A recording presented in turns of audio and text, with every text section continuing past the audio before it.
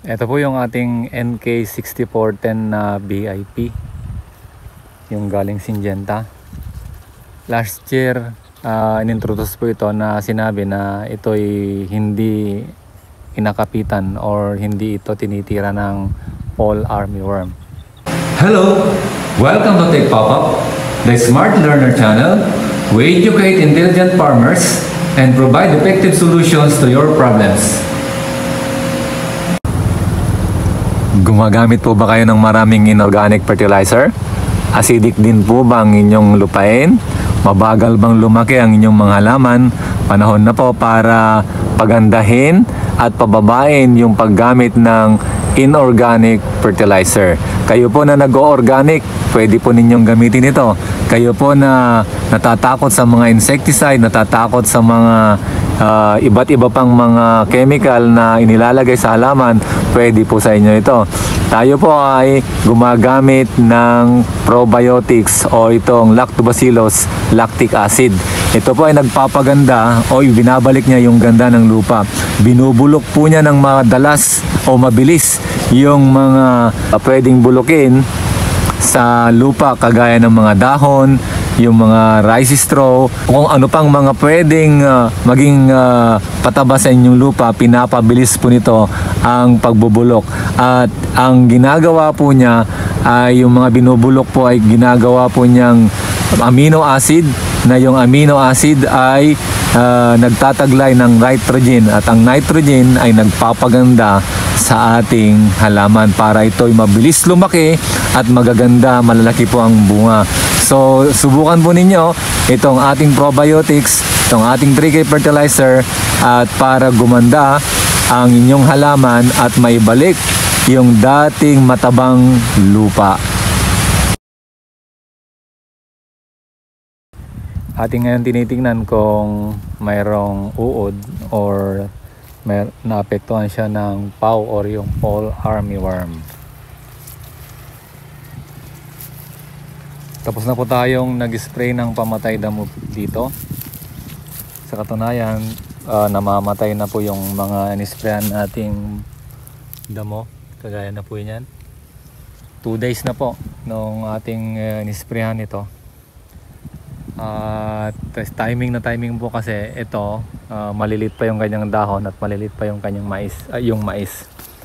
Sa katabi po natin, napakakapal ng damo. Tingnan nyo, green na green po siya. Yan sana dapat ma-sprayan na ng pamatay damo. Sa atin, hindi natin hinintay na maging ganyan. Ito, nisprayan natin kaagad.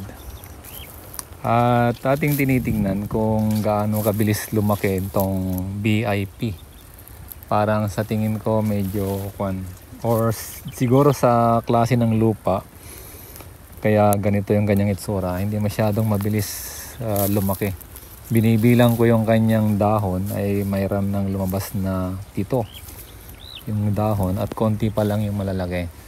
Kaya titirahin natin ito ng 3K anaa at bibitol. Kasama na yung chelated calcium. So in case na mayroong uod po to, pero wala tayong makita. Tama yata yung sinabi ng Syngenta na hindi ito kaya ng fall armyworm. Pero ito medyo wala, hindi ko alam, ito may uod. Pero hindi kagaya ng decalb na maraming uod. Ito may uod siya. So hindi pa rin perfect na walang uod, meron pa rin may uod. Hindi ko pa ito na-sprayhan ng Delta King at saka chelated calcium. Ito meron siyang fall armyworm. Ayan. So hindi perfect yung sinabi ng pero ang kagandahan nito, hindi kagaya ng yung sinabi ko decalb or ibang variety na maraming mga pero obserbahan natin hanggang sa lumaki itong NK6410 na BIP.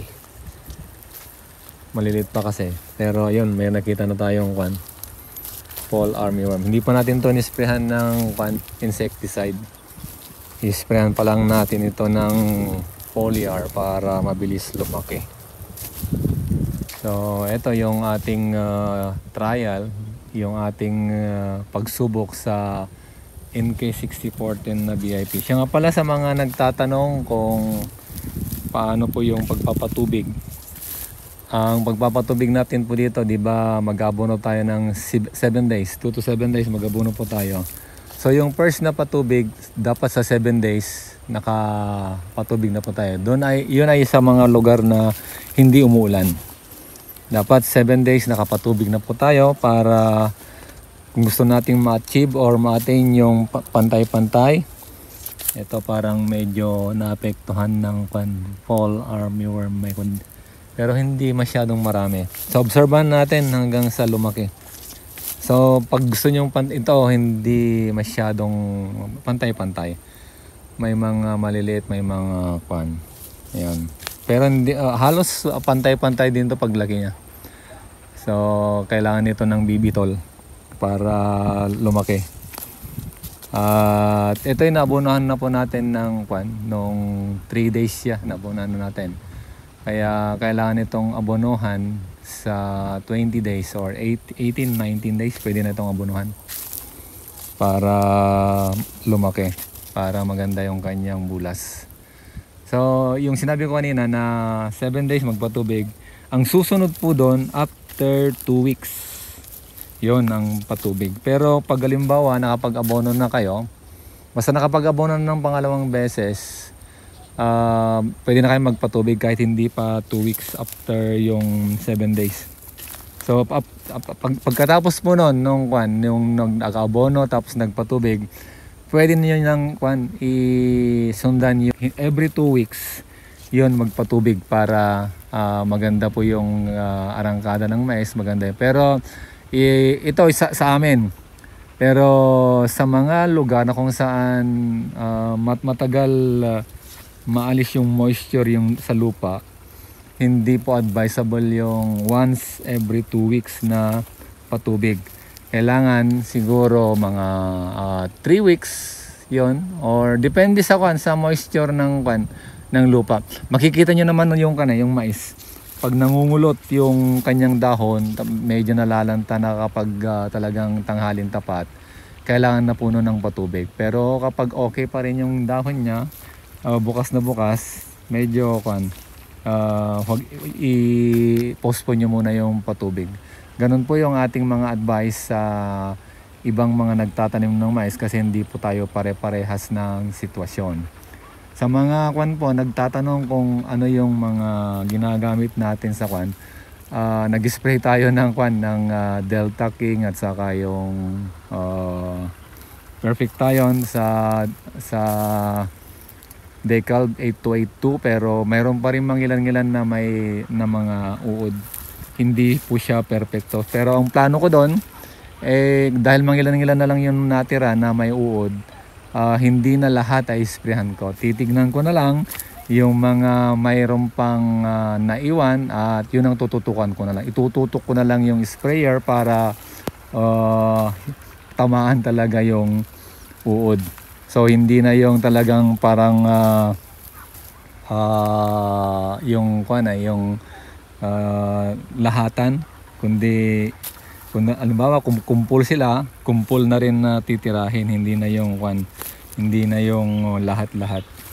So yun po yung mga pwede nating may sagot, may rekomenda sa inyo sa mga nagtatanong kung paano makontrol yung uod. At saka the best na pamamaraan para hindi masyadong ubusin ng uod yung inyong mais, maaga kayong mag-abono at magpatubig para lumaki yung mais. Hindi nila maubos, kasi pag malalaki yung dahon ng mais, hindi nila maubos yun.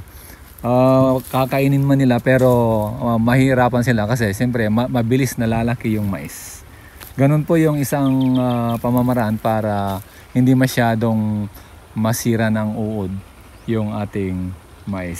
Sa naman, sa mga gustong sumubok sa ating foliar fertilizer, maganda na mag-apply kayo ng ganun, kasi iba pa rin yung mga mais na talagang nilalagyan ng ganon. Dito sa atin, halos tayo lang yung dito nagpopulyar.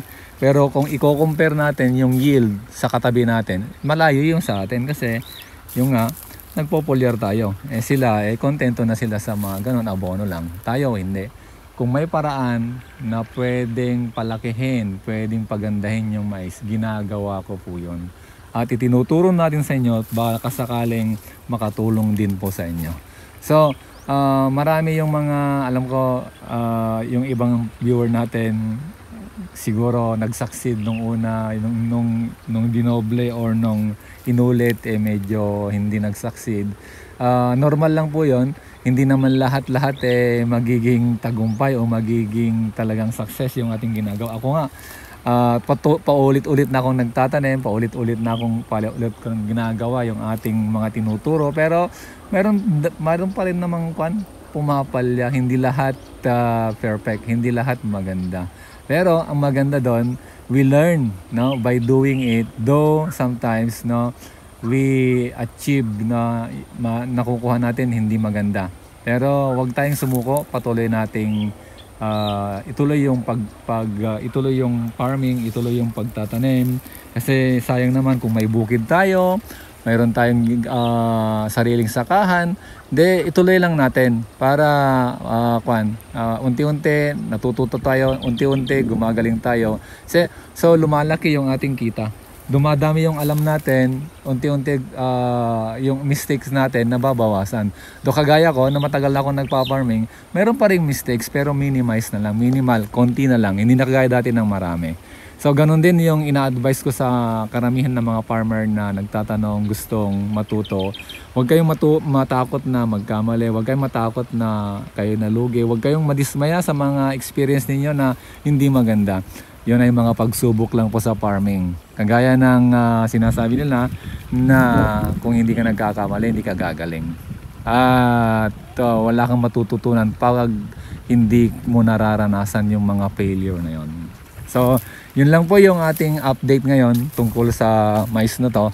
So, ito yung kung nandito pa kayo sa mga oras na ito, kasi karamihan ng mga viewer natin hindi na umaabot sa last part ng video natin.